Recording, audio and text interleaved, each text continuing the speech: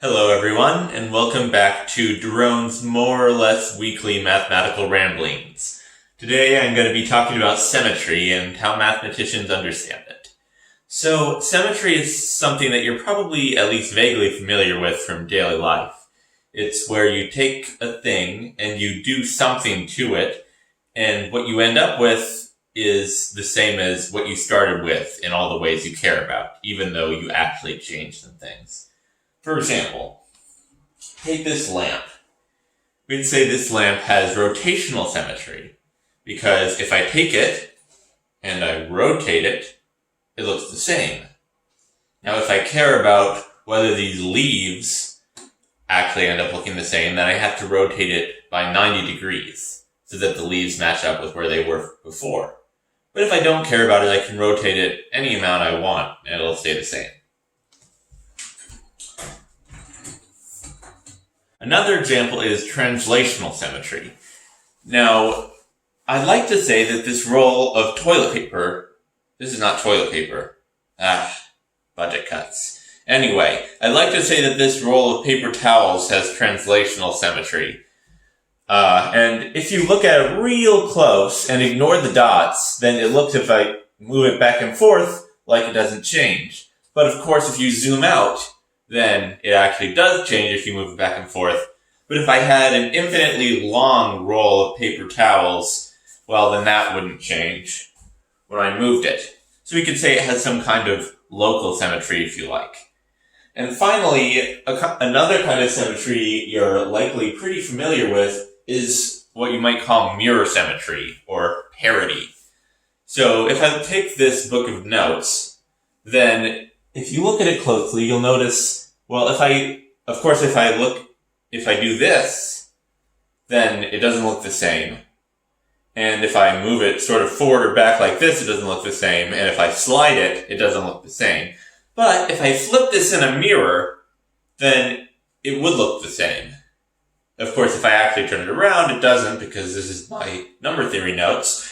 But if I theoretically flip this in a mirror, then it would look exactly the same. So we might say it has flip symmetry.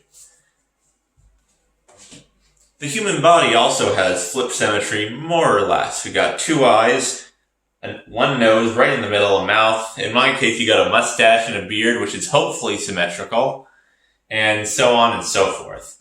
But the thing that makes flip symmetry different from rotational symmetry and translational symmetry is that you can't actually do it.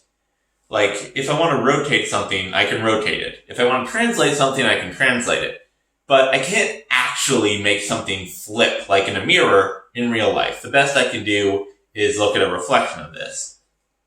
Now, one way of understanding why this is actually something not from mathematics, but from physics. So, as it turns out, the laws of physics, the laws of the universe, don't care, in some sense, about rotation, and they don't care about translation. That is to say, if you have some isolated thing and you move it one way or the other, or rotate it, the laws of physics, as applied to that thing, won't change. But if it were flipped in a mirror, they would change. And the reason for this, well, there are a couple of ways of looking at this as well, but it has to do with what physicists call parity violation. In the weak nuclear force, which is that certain particles, certain quarks, things like that, have what they call a handedness, where they actually sort of know what direction they're facing in terms of, what their left is and what their right is. I guess this is your right and your left. And so those things can't flip in a mirror because that would actually fundamentally change their properties. And as I said, physicists call this parity violation. Now, I'll leave the details of this to the physicists, since it's been a while since I did any particle physics, but the way that they study this formally is via the same way that mathematicians talk about all of these symmetries, which is via something called group theory. Let's start with a particularly nice concrete example, which is the square.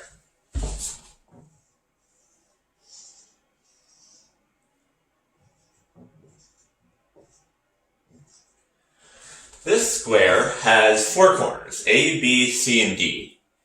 And if I want to look at what the symmetries of it are, I'd like to think about the symmetries, the things that I can do to it that will preserve the distance between all the points, which means that they preserve the shape. So there are a couple things I can do. The first, and maybe the most obvious, is that I can rotate it. So if I end up with this square instead, A, B, C, D, then you can see that this has been rotated 90 degrees counterclockwise from this one, and it looks the same if you ignore the physical limitations of drawing. And of course we can rotate again and again and again, or we can rotate in the other direction, and we can also flip. So if I instead look at this square where I flipped A and B, and therefore also C and D,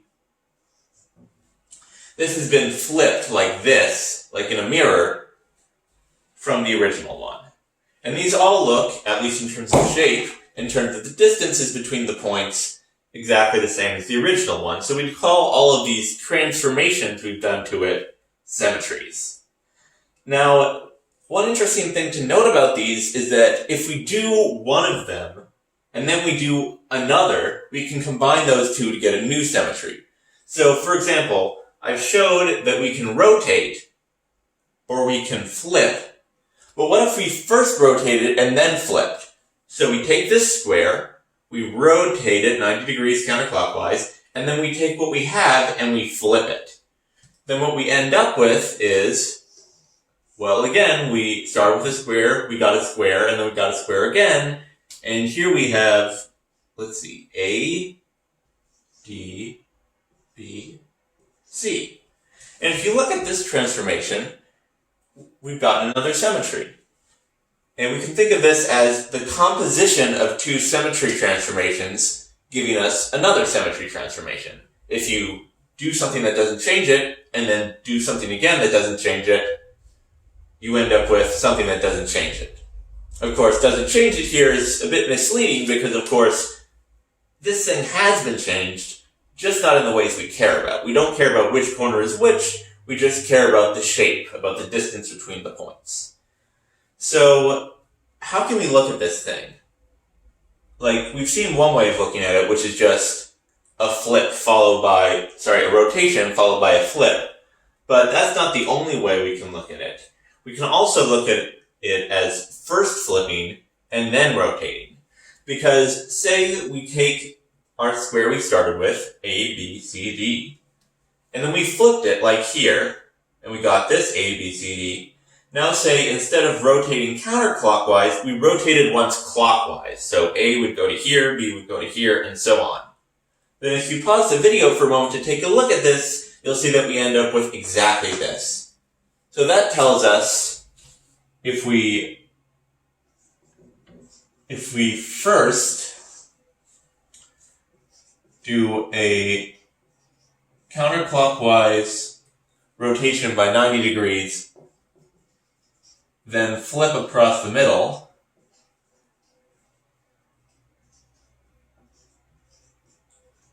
this is the same as first flipping across the middle, then clockwise rotation of 90 degrees. So writing all of these things out like this is a bit awkward. First do CCW 90 degrees and flip across middle. It would be nice if we had a more compact notation for understanding these things. But before I write down that notation, I want to do another important example. Now this second example is a bit more abstract, but it's in a lot of ways at the very heart of group theory. So, say we start with just a set of 4 things. Let's give them a name. A, B, C, and D. Let's give this set a name as well. Call it S. Now it's more friendly. So a set is really just a bag of things. In this case, the things are A, B, C, and D. We don't care about the order they're in. We don't care about really anything. They're just things in a set. And so what we can do to these, if we don't care about the order, is we can look at them in a different order. This is the same as B, C, D, A, for example. It's the same set. And now let's think about this as a symmetry. So if we start with A, B, C, and D in that order, and then put it in the order B, C, D, A, we can think of this as a function from S to S.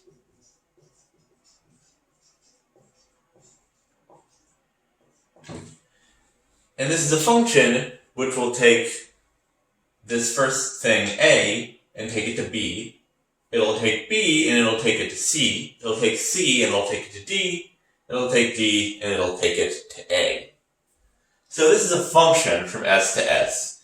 And we can think of this as a symmetry in a similar way to how we thought about the symmetries of the square. Because remember, when we talked about the symmetries of the square, I described them in terms of where the corners went. I called them A, B, C, and D.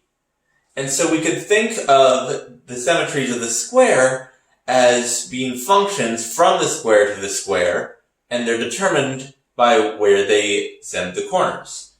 So similarly here, we're changing this set in some way just by reordering its elements, but because we only care about it as a set, this doesn't actually change the properties we care about. So it's a symmetry, and this transformation now is not so geometric anymore, it's just a function. Now, there are a lot of symmetries of this set. Really, any way of reordering these things will give you a function. And if we have two of these functions, we can do first one and then the other. Let's call this function f. Now, let me write down another function. If we start with A, B, C, and D, how about A, C, D, and B? Let's call this G. Now, we have a specific notation, actually, for writing what happens when you do first one function and then the next. And if you do f and then g, that's written as g compose f. Now, it's a bit awkward because g actually is written first here, even though f is done first. And the reason for this is because we think of these as acting on some element. So you would start with, like, f of a, for example, and then we do g on that. So really, we're saying we start with a, then we do f to it, then we do g to it. And the fact that it goes from right to left is just an inconvenient thing that we have to deal with in order to make this notation work. So let's look. G of f of a is, well, we start with a, we send it to b, and then in the second function, we start with b and we send it to c. So g of f of a equals c. Similarly, g of f of b, b goes to c, c goes to d, this is d. And then g of f of c, well, we start with c, we go to d, then d goes to b. A, B, C, D. D goes to A goes to A, so g compose f of d equals a. And so we can write this down as a function using the same notation we did here, and it would look like A, B, C, D, reordered as C, D, B, A. So just like in the case of the square, we can compose symmetries. We can do one and then the other, and put them together to do new symmetries. And just like with the square, there are different ways we can produce this symmetry by starting with two symmetries and combining them. And this notion of starting with symmetries and then combining them to get a new symmetry in a way that satisfies some certain natural conditions that make something seem like a symmetry is where group theory comes from.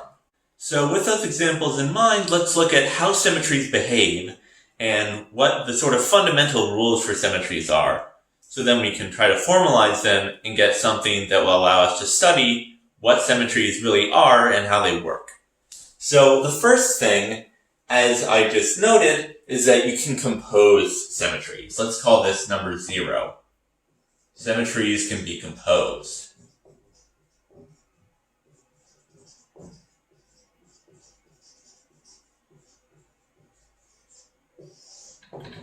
You do first one and then the other, and putting them together makes a new symmetry. Here's our first sort of non-trivial observation we're going to make, which is that if you just start with a thing and then you do nothing to it, then it's the same. That is to say, doing nothing is a symmetry.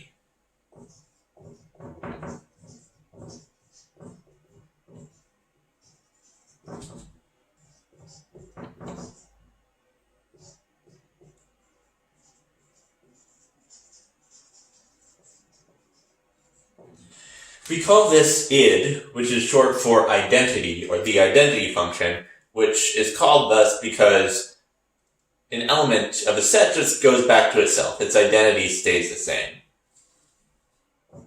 2. Notice that if we have a symmetry, like rotating the square, we can always undo it. If we permute the elements of that set by reordering them, we can always undo it. And that's also going to be a symmetry, because we're just going to end up right back with the same kind of structure that we had in the first place. So every symmetry has an inverse symmetry.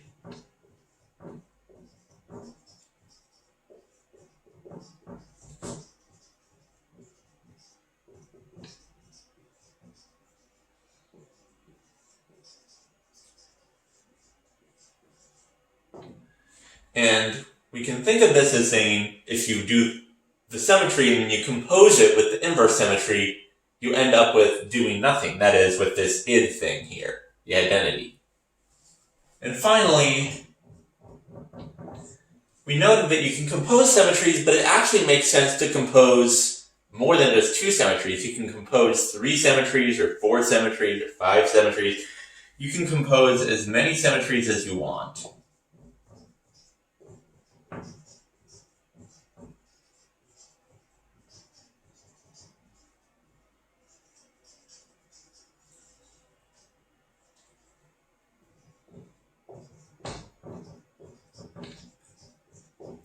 And it doesn't, as long as they're in the same order, it doesn't matter which you combine together first.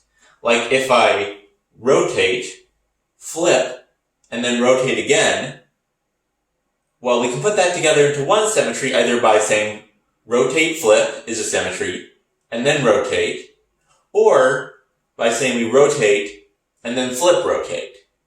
Either way, we're going to end up with the same thing, of course. So these are the fundamental properties of symmetries, and they're what are going to give us our group axioms. And next, we use these axioms to define, finally, what a group is. Definition. A group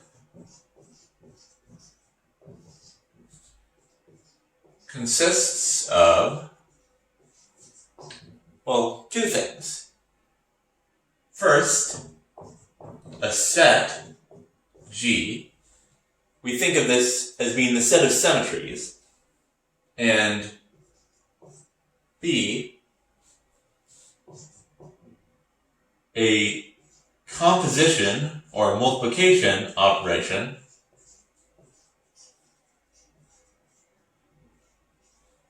times, which is a function that takes in 2 elements of G in order, that's what this cross means, and spits out a new element of G, which we think of as composition of symmetries, such that it satisfies 3 properties. So this composition operation here is our 0th property, and now we want our 3 properties to mimic the behavior of symmetries we just talked about.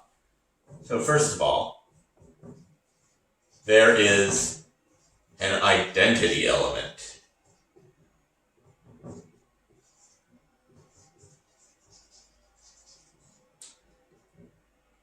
Which we think of as doing nothing. And the way we say that is that x times e is equal to x, and which is also equal to e times x for all x. So that says, in terms of symmetries, if we compose doing nothing with a symmetry, we just get back that same symmetry. 2. Inverses. For any x in G, this little epsilon sign here means in, so this is something in this set. There is an inverse called x to the negative 1, written similarly to how you would write the inverse in multiplication for a number. And this satisfies x times x inverse. Well, if you do something and then you undo it, you should just get doing nothing, the identity. So E. And then this should also work in the other direction.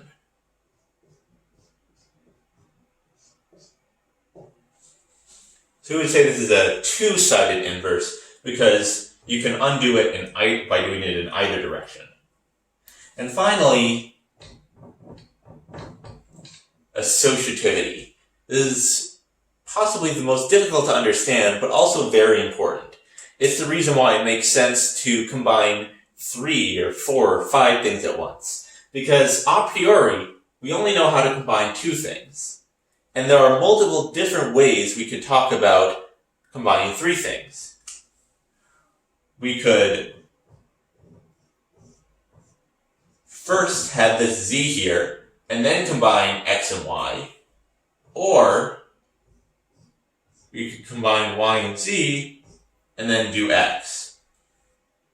Notice that these are all still in the same order, it's just which part we sort of meld together first. And in fact, these should be equal.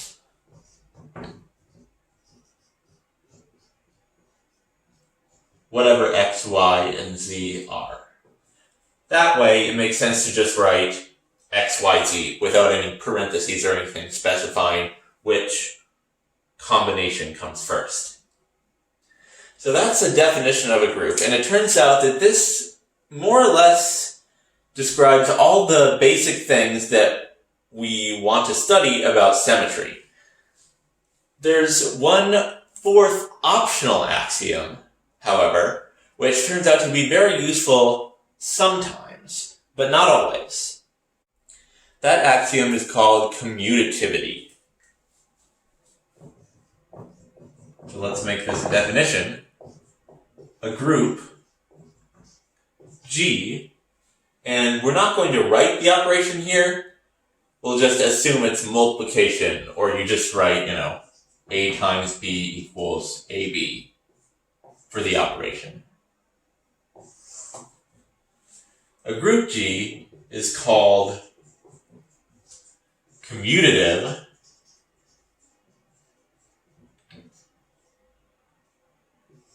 or more commonly, abelian, after the mathematician Abel. We studied these things. If it satisfies a fourth axiom, which just says xy equals yx for all x and y in G. That is to say, it doesn't actually matter what order you do the things in here, as long as you have the same things. Now, a lot of groups are not abelian.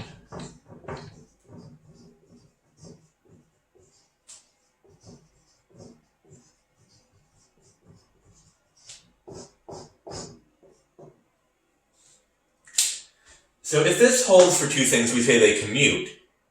And we actually already saw near the beginning of the video an example of some symmetries which don't commute. Namely, look at the square. We saw that rotating it once counterclockwise and then flipping is the same as flipping and rotating clockwise, not counterclockwise. And if you sit down and actually play with the square for a little bit, you'll see that if you rotate counterclockwise and then flip, as opposed to flipping and then rotating counterclockwise, you'll get something different. So we would say the group of symmetries of the square is not abelian. But it is a group, and it gives us a very important example.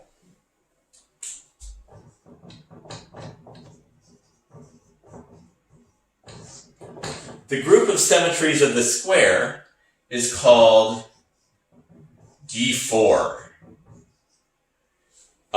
And that name is because 4 is because it has 4 sides. D stands for dihedral.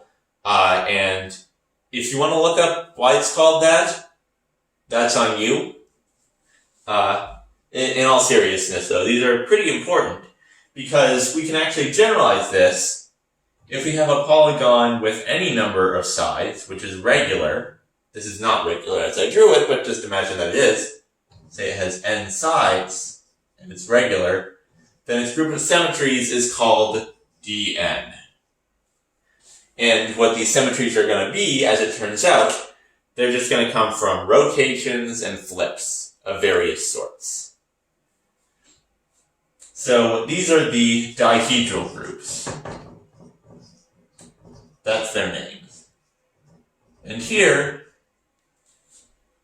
the operation is composing, and the symmetries are the elements. So that's the first example. Our second example is also very important. If you look at all the reorderings, the permutations, we could say, of a set with 4 elements, this group is called S4. 4 because there are 4 elements. S stands for just symmetric. So this is called the symmetric group on 4 elements. And just like with before, we have any number of elements,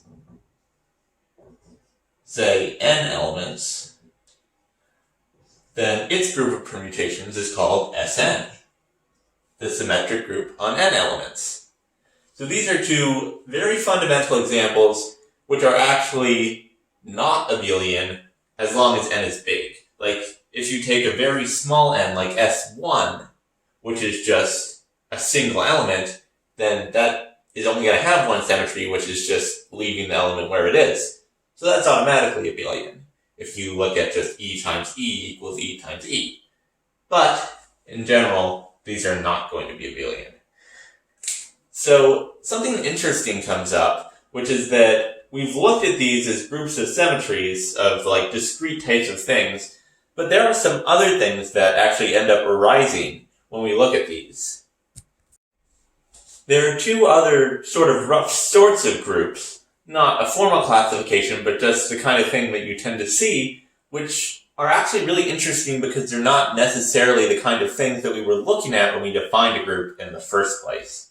So one is groups in arithmetic.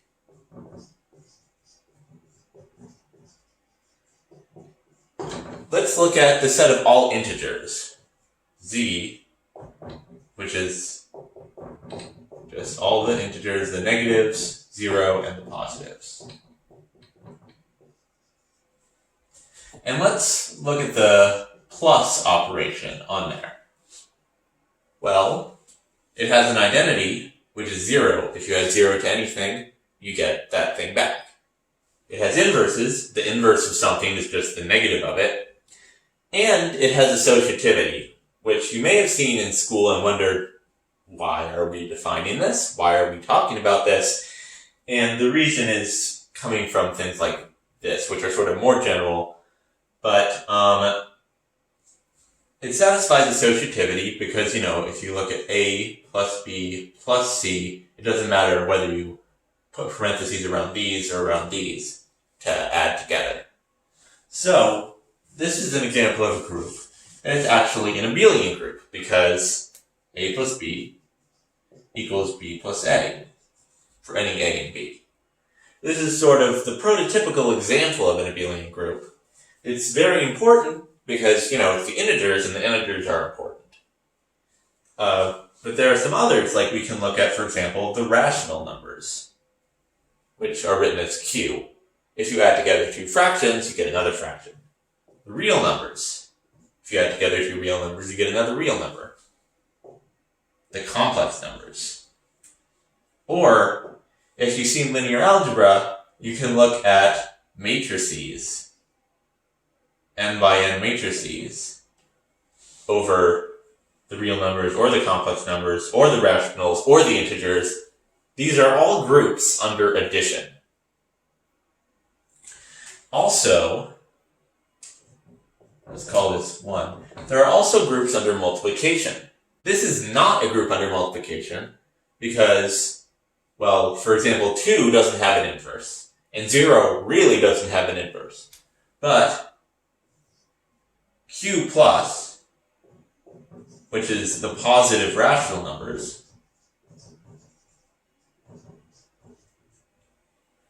under multiplication is a group. The identity is 1. The inverse is just the multiplicative inverse, which is literally the inverse of A in the multiplicative sense, which is where this -1 notation comes from, and it satisfies associativity, just associativity of multiplication, ABC makes sense, A times B times C. And you can also look at all the rational numbers except for the set 0, except for 0, because it doesn't have an inverse. You can look at the positive rational numbers, the positive real numbers, the real numbers except for 0, the complex numbers except for 0. These are all abelian, and there's one more important example. So, if you've taken linear algebra, you're familiar with matrices, and you can add together m by n matrices. But you know you can also multiply together matrices. Now, the set of matrices, which are n by n, which have an inverse, is called GLN. GLN of, let's say, R. These are matrices with real entries. And this is a group. It's not an abelian group when n is bigger than 1. But you can multiply these. They satisfy associativity. You know, matrices A, B, C. It makes sense to multiply them like that without worrying about where the parentheses go. There's an identity, which is just the identity matrix. And we've specifically chosen these matrices to be the ones that had inverses. So this is a group. This is a very important group. These are all very important groups. This is an important group, which is called the general linear group, hence GL. So these are the kinds of groups which you'll see in arithmetic or like linear algebra, things like that. And there's another kind of group that comes up which sort of varies from the examples that we were looking at earlier, which were discrete groups of symmetries. The second interesting sort of group that I want to talk about is continuous or smooth groups, which those are actually two different things, so I shouldn't conflate them like that, but continuous groups and smooth groups.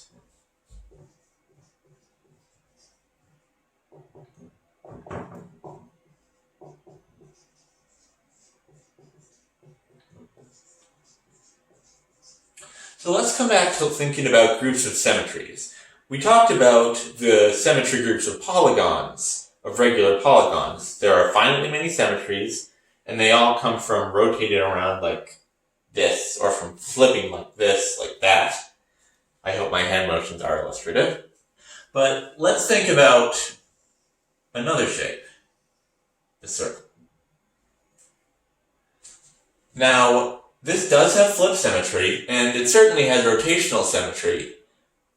But actually, you can't just rotate specific intervals, you can rotate any amount you want. There are infinitely many rotational symmetries.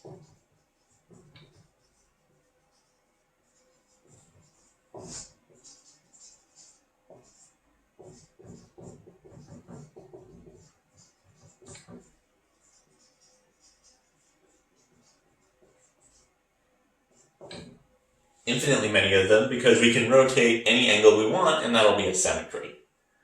And the interesting thing about this is that these symmetries are sort of continuous in a way. Before, we were sort of jerking the polynomials around, flipping, da-da-da-da-da. But here, we can sort of imagine rotating through symmetries. We can, like if I take this lamp. When I was demonstrating earlier, if you ignore the leaves, then you can sort of rotate through various angles continuously. And in that sense, they're sort of continuous. And there's in fact a formalism for this, which I won't get into because it's pretty complicated, but symmetries which are continuous in this sense will usually form what's called a topological group.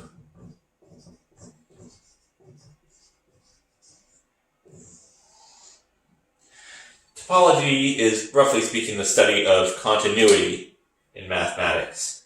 And when you have continuous symmetries like this, then you get usually a topological group. In particular, the group of rotational symmetries of this circle is called S1. S for sphere, 1 for dimension 1. But in fact, we can say a little bit more about this, which is where the smoothness comes in.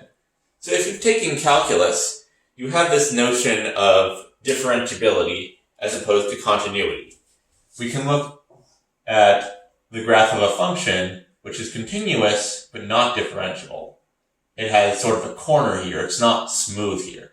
It's continuous, you can tell because you can graph it without having to do any skips or anything, but it's definitely not smooth. So a function is called smooth if it and all of its derivatives, if all of it and all of its derivatives are differentiable. That is to say, it's infinitely differentiable. So, in a certain sense, in the same sense as calculus, suitably generalized, we can say that these rotational symmetries are smooth. In fact, this is not just a topological group, but something stronger, which we call a Lie group.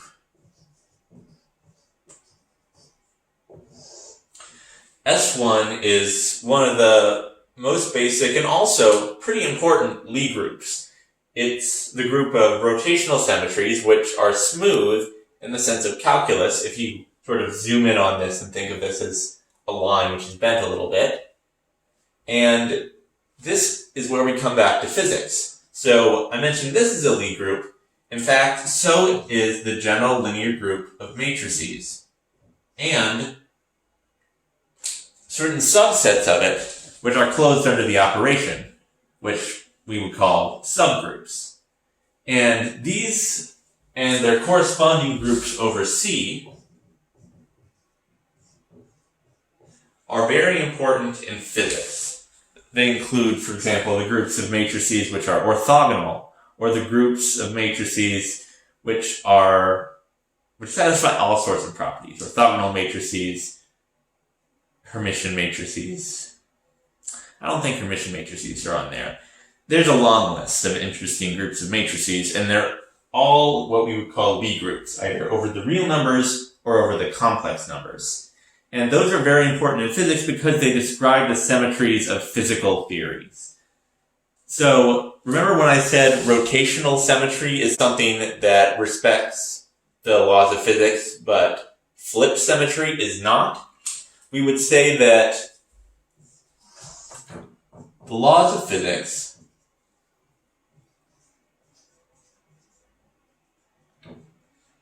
are invariant, meaning they work the same, under the action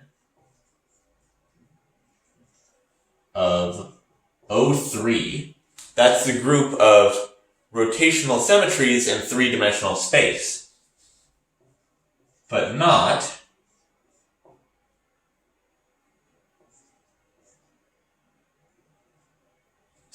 this should be SO3.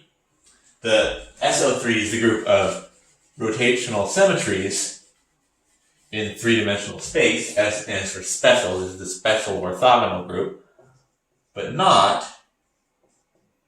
O3, which is the orthogonal group. And this includes, in addition to rotations, it includes flips. So it is invariant under the action of SO3, but not O3. And that is a way of using groups to talk about physics. And you can do all sorts of interesting things with these. You can do computations with them. And in some certain sense, in particle physics, we think of all particles as being associated with certain, what we call representations of groups. You take a group of symmetries and you act with it in a certain nice special way on space or on fields, on various things. And in some sense, that's what a particle is. So I think that that's all I want to say about groups today. Hopefully that's giving you some insight into what symmetry is and into how we think about it.